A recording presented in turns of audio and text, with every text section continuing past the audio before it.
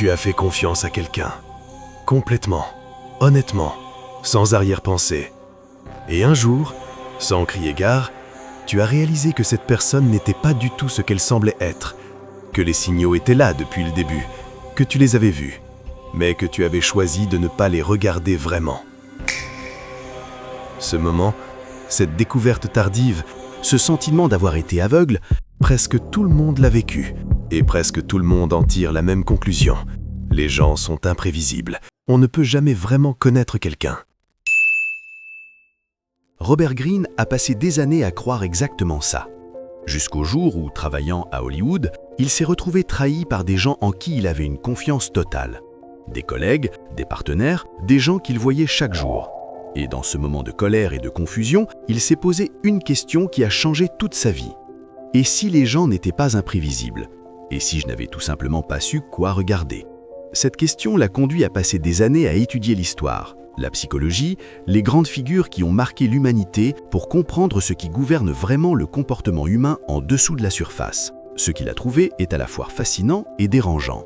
Les gens sont lisibles, profondément lisibles pour ceux qui savent quoi regarder. Et aujourd'hui, on va explorer les 5 lois les plus puissantes qu'il a découvertes, celles qui vont changer la façon dont tu te vois toi-même et dont tu vois les autres. Je te préviens juste d'une chose, ce que tu vas entendre parle de toi autant que des autres.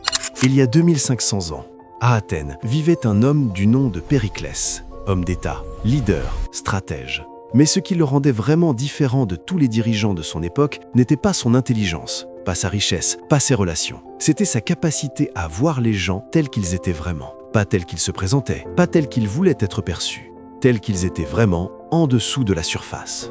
Quand un conseiller lui parlait, il n'écoutait pas seulement les mots, il observait les motivations cachées derrière ces mots. Quand une crise éclatait, il ne réagissait pas à ce qu'il voyait en surface, il cherchait les courants profonds qui avaient créé cette crise. Et cette façon de voir lui a permis de gouverner Athènes pendant 30 ans, de traverser des guerres, des trahisons, des crises politiques que personne d'autre n'aurait survécu. Greene a étudié Périclès pendant des années. Et ce qu'il a compris est simple. Périclès n'avait pas de pouvoir magique. Il avait juste développé quelque chose que la majorité des gens n'ont jamais pris le temps de cultiver. Une compréhension profonde et honnête de la nature humaine, de ce qui motive vraiment les gens, de ce qu'ils cachent, de ce qu'ils ne comprennent souvent pas eux-mêmes. Et c'est exactement ce que les 5 lois qu'on va explorer aujourd'hui vont te donner. Pas une liste de techniques pour manipuler les autres, pas un guide pour devenir cynique. Une façon de voir, celle que Périclès avait, celle que Greene a passé des années à distiller. Et une fois que tu commences à voir de cette façon, tu ne peux plus t'arrêter.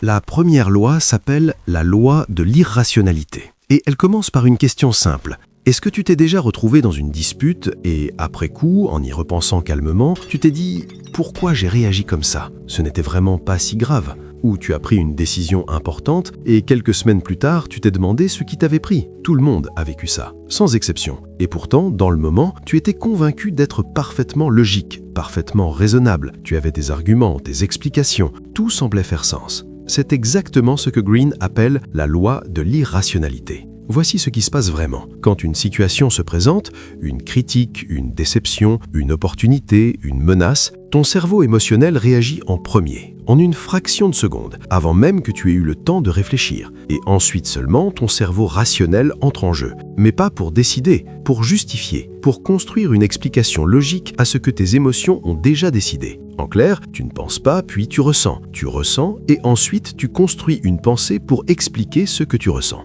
Greene illustre ça avec l'histoire d'Abraham Lincoln. Nous sommes en 1861, en pleine guerre civile américaine. Un homme du nom d'Edwin Stanton vient de traiter publiquement Lincoln de gorille des forêts devant ses collègues, sans retenue, sans regret. La réaction normale aurait été la colère, la vengeance ou au minimum l'exclusion.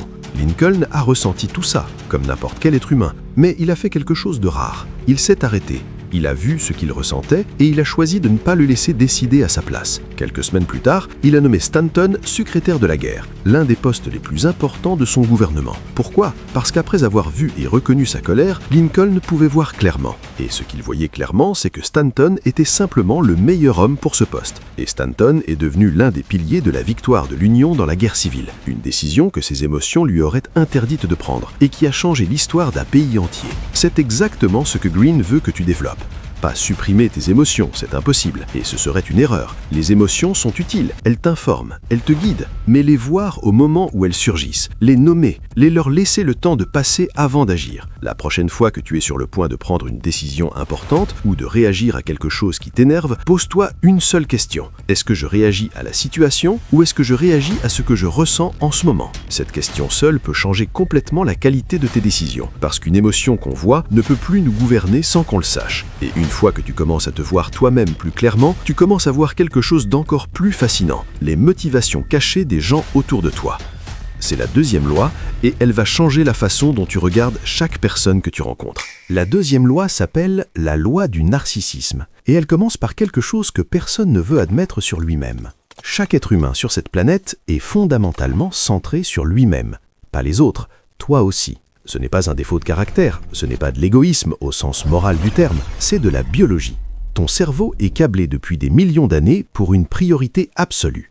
Ta survie, ton confort, tes besoins. Et cette réalité gouverne silencieusement la façon dont chaque personne que tu rencontres pense, parle, agit, décide. Laisse-moi te donner un exemple concret. Tu parles à quelqu'un d'un problème qui te tracasse. Tu expliques la situation, tu donnes les détails, et tu remarques que cette personne t'écoute à moitié, que son regard décroche légèrement, qu'elle attend en réalité que tu aies fini pour parler d'elle-même. Tu te dis qu'elle est indifférente, ou égoïste, ou mauvaise amie. Mais Green dit quelque chose de différent. Elle est humaine, exactement comme toi. Parce que si tu es honnête avec toi-même, combien de fois pendant que quelqu'un te parle, ton esprit dérive vers tes propres problèmes, tes propres préoccupations, ta propre vie? C'est la nature humaine, pas une exception, la règle. Maintenant, voici ce qui est vraiment fascinant dans cette loi. Les personnes qui comprennent ça ne s'en servent pas pour manipuler les autres, elles s'en servent pour quelque chose de beaucoup plus puissant, créer des connexions réelles. Green raconte l'histoire d'une femme du nom de Marguerite de Valois, aristocrate française du XVIe siècle, dans un monde où les relations étaient des jeux de pouvoir permanents, où tout le monde cherchait à impressionner, à briller, à être vu. Elle faisait exactement l'inverse. Quand elle rencontrait quelqu'un, elle dirigeait toute son attention vers cette personne. Elle posait des questions sur sa vie, ses passions, ses difficultés. Elle écoutait vraiment, pas en attendant son tour de parler,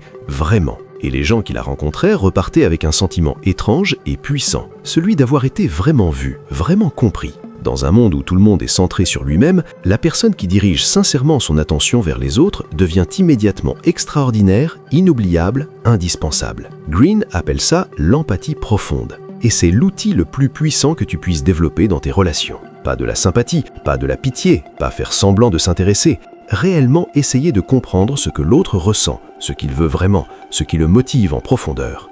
Et concrètement, ça ressemble à quoi ? La prochaine fois que tu parles à quelqu'un, que ce soit un collègue, un ami, un client, quelqu'un que tu viens de rencontrer, essaye de faire une seule chose. Résiste à l'impulsion de parler de toi.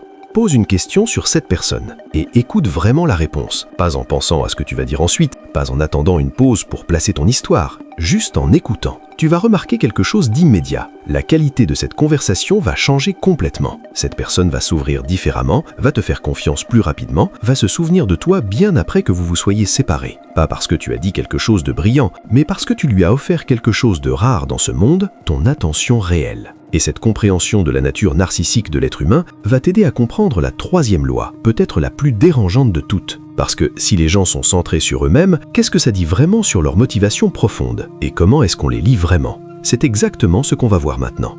Avant de continuer, je veux juste te dire quelque chose rapidement. Si ce que tu entends depuis le début de cette vidéo te parle, si tu sens que ces lois changent quelque chose dans ta façon de voir les choses, alors abonne-toi, like et partage avec quelqu'un qui en a besoin. Pas pour moi, enfin pas seulement, parce que chaque interaction me dit que ce contenu vous aide vraiment. Et c'est ce qui me pousse à continuer à creuser, à chercher, à passer des heures à étudier pour distiller ce qui compte vraiment. Et si tu veux aller encore plus loin, j'ai créé un e-book dans lequel j'ai développé les 13 lois restantes de Robert Greene. Le lien est directement dans la description et dans ma bio. Maintenant, la troisième loi. La troisième loi s'appelle la loi du masque. Et elle commence par une réalité inconfortable. Les gens ne te montrent jamais qui ils sont vraiment. Pas parce qu'ils sont tous menteurs, pas parce qu'ils sont tous manipulateurs, mais parce que personne ne se présente tel qu'il est vraiment. C'est humain, c'est universel, et c'est inconscient la plupart du temps.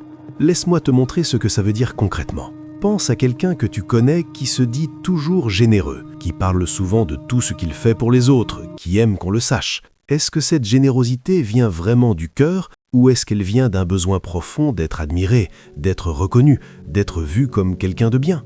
Greene ne dit pas que cette personne est mauvaise, il dit qu'elle porte un masque, comme tout le monde. Et le masque n'est pas forcément conscient. La plupart du temps, les gens croient sincèrement être ce qu'ils montrent. Ils ne savent pas eux-mêmes que c'est un masque. Greene raconte l'histoire d'un homme du nom de Milton Erickson, psychiatre américain considéré comme le père de l'hypnothérapie moderne. Erickson avait contracté la polio dans sa jeunesse, ce qui l'avait forcé à rester immobile pendant des mois, incapable de bouger. Il ne pouvait qu'observer. Et pendant ces mois d'immobilité, il avait développé quelque chose d'extraordinaire, la capacité de lire les gens à travers leurs comportements non-verbaux, leurs micro-expressions, leurs gestes involontaires, la façon dont leur corps disait quelque chose de complètement différent de leurs mots. Il avait appris à voir en dessous du masque, et ce qu'il voyait changeait tout.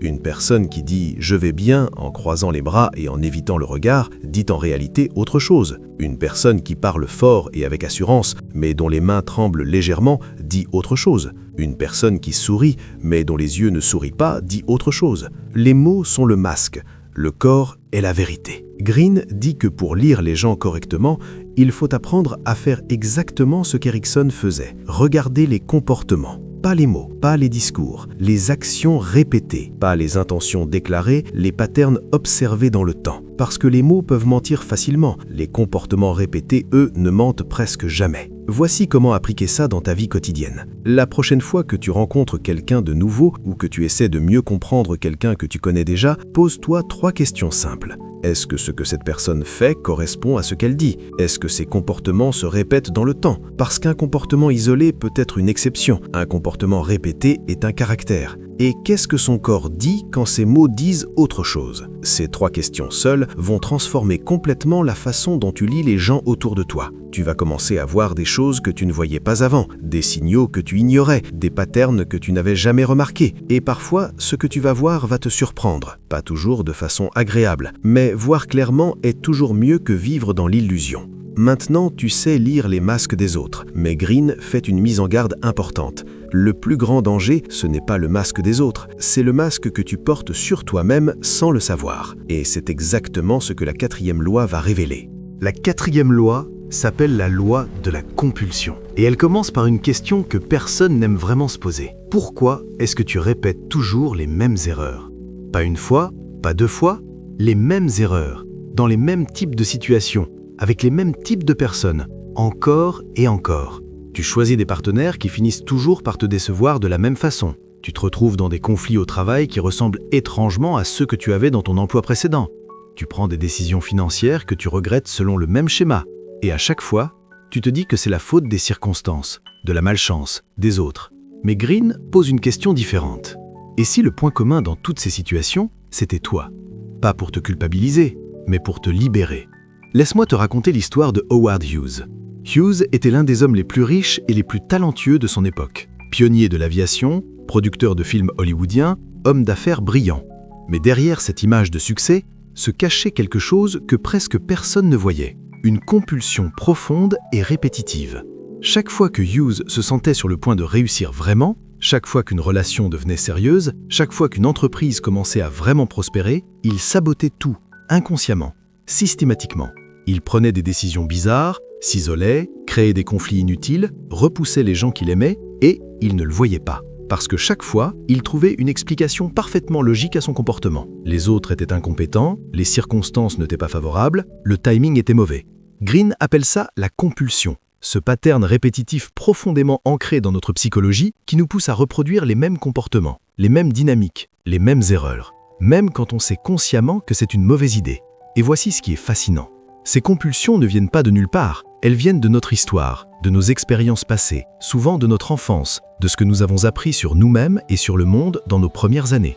Hughes avait grandi avec un père absent et une mère surprotectrice, qui lui avait appris que le monde était dangereux, que se rapprocher des gens était risqué, et son cerveau adulte reproduisait ce programme automatiquement, même des décennies plus tard, même quand il n'en avait plus besoin. Ce n'était pas de la faiblesse, c'était de la neurologie. Alors comment est-ce qu'on sort de ce cycle ? Greene dit que la première étape est la plus difficile et la plus importante. Voir le pattern. Pas l'analyser pendant des heures, pas chercher à comprendre d'où il vient, juste le voir, le nommer, le reconnaître comme un pattern répétitif plutôt que comme une série de malchances indépendantes. Voici comment faire ça concrètement. Pense à une situation difficile qui s'est répétée dans ta vie. Une relation qui a mal tourné, un conflit au travail, une décision que tu regrettes. Maintenant, demande-toi honnêtement, est-ce que j'ai déjà vécu quelque chose de similaire avant, avec des personnes différentes, dans des contextes différents, mais avec le même résultat final? Si la réponse est oui, tu viens de voir un pattern. Et un pattern qu'on voit perd une partie de son pouvoir sur nous. Pas tout son pouvoir immédiatement, mais une partie. Et c'est toujours là que tout commence. Parce que tu ne peux pas changer ce que tu ne vois pas. Hughes n'a jamais vu son pattern, et il a fini sa vie seul, isolé, prisonnier de compulsions qu'il n'avait jamais eu le courage de regarder en face. Tu as maintenant quelque chose qu'il n'avait pas, la connaissance de ce mécanisme, et le choix de l'utiliser. Ce qui nous amène à la 5e et dernière loi, celle qui relie tout ce qu'on a vu jusqu'ici, et qui va changer la façon dont tu te projettes dans l'avenir. La 5e loi s'appelle la loi de la courte vue. Et elle commence par une observation que Greene fait sur presque tous les êtres humains. Nous sommes prisonniers du moment présent. Pas parce que nous sommes stupides, pas parce que nous manquons de vision, mais parce que notre cerveau est biologiquement câblé pour une seule priorité. Ce qui se passe maintenant. La douleur que tu ressens maintenant, le plaisir que tu peux obtenir maintenant, la menace que tu perçois maintenant, la récompense que tu veux maintenant. Et cette tendance profonde et universelle détruit silencieusement des carrières entières, des relations qui auraient pu durer, des projets qui auraient pu changer des vies. Laisse-moi te donner un exemple que tout le monde a vécu. Tu as un objectif important, quelque chose qui compte vraiment pour toi, une compétence à développer, un projet à lancer, une habitude à construire. Les premiers jours, tu es motivé, tu travailles, tu avances, puis une semaine passe. 2 semaines. Les résultats ne sont pas encore visibles. La motivation baisse et quelque chose d'autre attire ton attention. Quelque chose de plus immédiat, de plus gratifiant tout de suite. Et progressivement, sans vraiment t'en rendre compte, tu abandonnes ce qui comptait vraiment pour ce qui est agréable maintenant. Ce n'est pas de la paresse, c'est de la biologie. Greene raconte l'histoire de la reine Élisabeth Ier d'Angleterre. Élisabeth a hérité d'un royaume en crise, des dettes colossales, des ennemis puissants à l'extérieur, des conflits religieux à l'intérieur. Tout le monde autour d'elle lui conseillait de réagir vite, de prendre des décisions immédiates et spectaculaires pour montrer sa force. Elle a fait exactement le contraire. Quand ses conseillers paniquaient, elle ralentissait. Quand tout le monde voulait une réponse immédiate, elle prenait du recul. Quand la pression était la plus forte, elle résistait à l'impulsion d'agir pour agir. Elle regardait toujours plus loin que l'instant présent, plus loin que la crise immédiate, plus loin que la récompense rapide. Et cette capacité à voir au-delà de l'instant lui a permis de gouverner l'Angleterre pendant 44 ans, de transformer un royaume en crise en l'une des puissances les plus stables d'Europe. Greene appelle ça la vision à long terme. Et c'est peut-être la compétence la plus rare et la plus précieuse qui existe. Pas parce qu'elle est compliquée, mais parce qu'elle va à l'encontre de ce que notre cerveau veut naturellement faire. Notre cerveau veut le confort maintenant, la récompense maintenant, la résolution maintenant. Et développer la vision à long terme, c'est apprendre à résister à cette impulsion. Pas tout le temps, pas dans chaque situation, mais dans les moments qui comptent vraiment. Voici comment commencer dès aujourd'hui. La prochaine fois que tu dois prendre une décision importante, avant d'agir, pose-toi une question simple. Dans 1 an, dans 5 ans, est-ce que cette décision me rapproche de ce que je veux vraiment construire ou est-ce qu'elle me donne juste quelque chose de satisfaisant maintenant? Ce n'est pas une question qui bloque l'action, c'est une question qui oriente l'action. Élisabeth ne s'est pas paralysée par la réflexion. Elle agissait, mais elle agissait toujours avec une vision de ce qu'elle voulait construire sur le long terme, pas juste de ce qu'elle voulait résoudre dans l'immédiat. Et cette différence entre agir pour maintenant et agir pour ce qui compte vraiment, c'est souvent la différence entre une vie qu'on subit et une vie qu'on construit vraiment. Tu as maintenant les 5 lois. La loi de l'irrationalité. Tes émotions gouvernent plus tes décisions que tu ne le crois. La loi du narcissisme. Tout le monde est centré sur lui-même. Et comprendre ça te donne un pouvoir immense dans tes relations. La loi du masque. Les gens ne montrent pas qui ils sont vraiment. Apprends à lire les comportements plutôt que les mots. La loi de la compulsion. Tu répètes des patterns que tu ne vois pas en tort, et voir un pattern, c'est déjà commencer à en sortir. Et la loi de la courte vue. La capacité à voir au-delà du moment présent est l'une des compétences les plus rares et les plus puissantes qui existent. Ces 5 lois ne sont pas des théories abstraites, ce sont des miroirs qui te montrent ce que tu n'avais peut-être pas encore voulu regarder vraiment. Et la seule question qui reste maintenant, c'est celle-ci. Est-ce que tu vas continuer à subir ces lois sans les voir, ou est-ce que tu vas commencer à les utiliser? Ces 5 lois ne sont qu'un début. Robert Greene en a documenté 18 en tout, et les 13 restantes sont tout aussi puissantes, tout aussi dérangeantes, et tout aussi capables de changer la façon dont tu navigues dans le monde humain. Et si cette vidéo t'a apporté quelque chose de réel, une nouvelle façon de voir, une question que tu ne t'étais jamais posée, un regard différent sur toi-même ou sur les autres, alors fais une chose simple. Abonne-toi, like et partage cette vidéo avec quelqu'un qui en a besoin. On se retrouve très bientôt pour la prochaine vidéo.